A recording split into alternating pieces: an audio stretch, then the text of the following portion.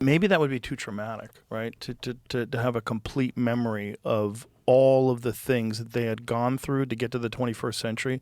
Maybe that would be so overwhelming to you that you would never be able to progress because you would still be traumatized by, whatever that 9,000-year-old man went through. I don't have complete memory of my existence. I vividly remember maybe 4% of my existence, very little of my childhood, so you can apply same filtering, but remember useful things like how do you speak, how do you walk. Right, but that's the point maybe. Maybe like losing certain memories is actually beneficial because like one of the biggest problems that we have is PTSD, right?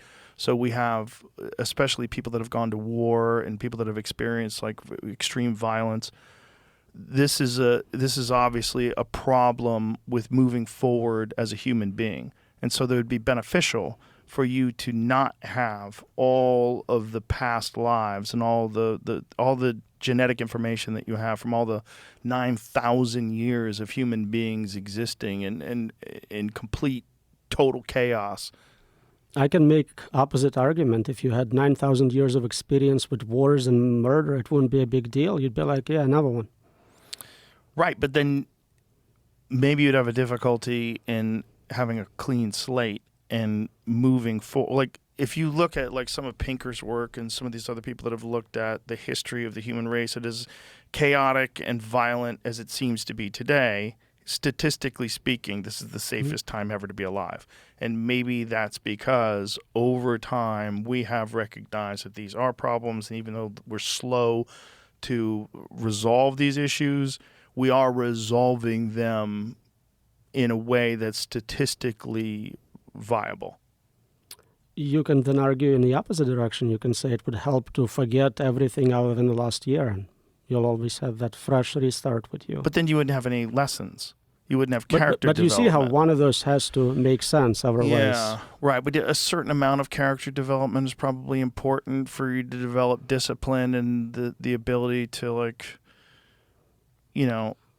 delayed gratitude, things like that. Multi-generational experience would certainly beat single point of experience. Yeah. More data is good. As we learned, the bitter lesson is more data is good. Yeah, more data is good. But why am I so reluctant to accept the idea of a simulation is the real question. Like, what is it about it that makes me think it's almost like it's a throw your hands up in the air moment. Like, it's a simulation. Yeah, you feel like it doesn't matter then. It's all fake, so why do I care? Why should I try hard? Why should I worry about suffering of all those NPCs? But that's not how I think about it, I think about it like there has to be a moment where it doesn't exist. Why wouldn't I assume that moment is now? And whenever Elon thinks that, I talked to him about it. He's like, the chances of us not being in the simulation are in the billions. Not being or being? Excuse us. The chances of us being in the real world. Being in the real world are like billions to one. Yeah.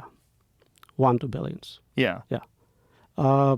Makes sense. And he asked a very good question. He asked what's outside the simulation. That's the most interesting question one can ask. In one of the papers, I look at a technique in AI safety called AI boxing, where we put AIs in kind of virtual prison to study it, to make sure it's safe, to limit input-output to it. And the conclusion is basically if it's smart enough, it will eventually escape. It will break out of the box. So it's a good tool. It buys you time, but it's not a permanent solution. And we can take it to the next level. If it's smart enough, will it kind of go, oh, you're also in a virtual box, and either show us how to escape or fail to escape. Either way, either we know it's possible to contain superintelligence or we get access to the real information.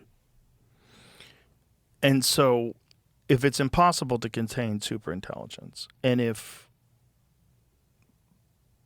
there is a world that we can imagine where a simulation exists that's indistinguishable from reality, we're probably living in it. Well, we don't know if it's actually the same as reality. It could be a completely weird kind of Simpsons-looking simulation. We're just assuming it's the same, right? Well, here's the real question. Is there a reality? Has there ever been one? It would make sense that there was a start to the process, but being specific about it is kind of hard philosophical scientific problem. Well, it's impossible, right? In science, we study things about the moment of Big Bang, the properties of that moment. We don't know what caused it. Anything before it is obviously not accessible from within our universe, but there is some things you can learn.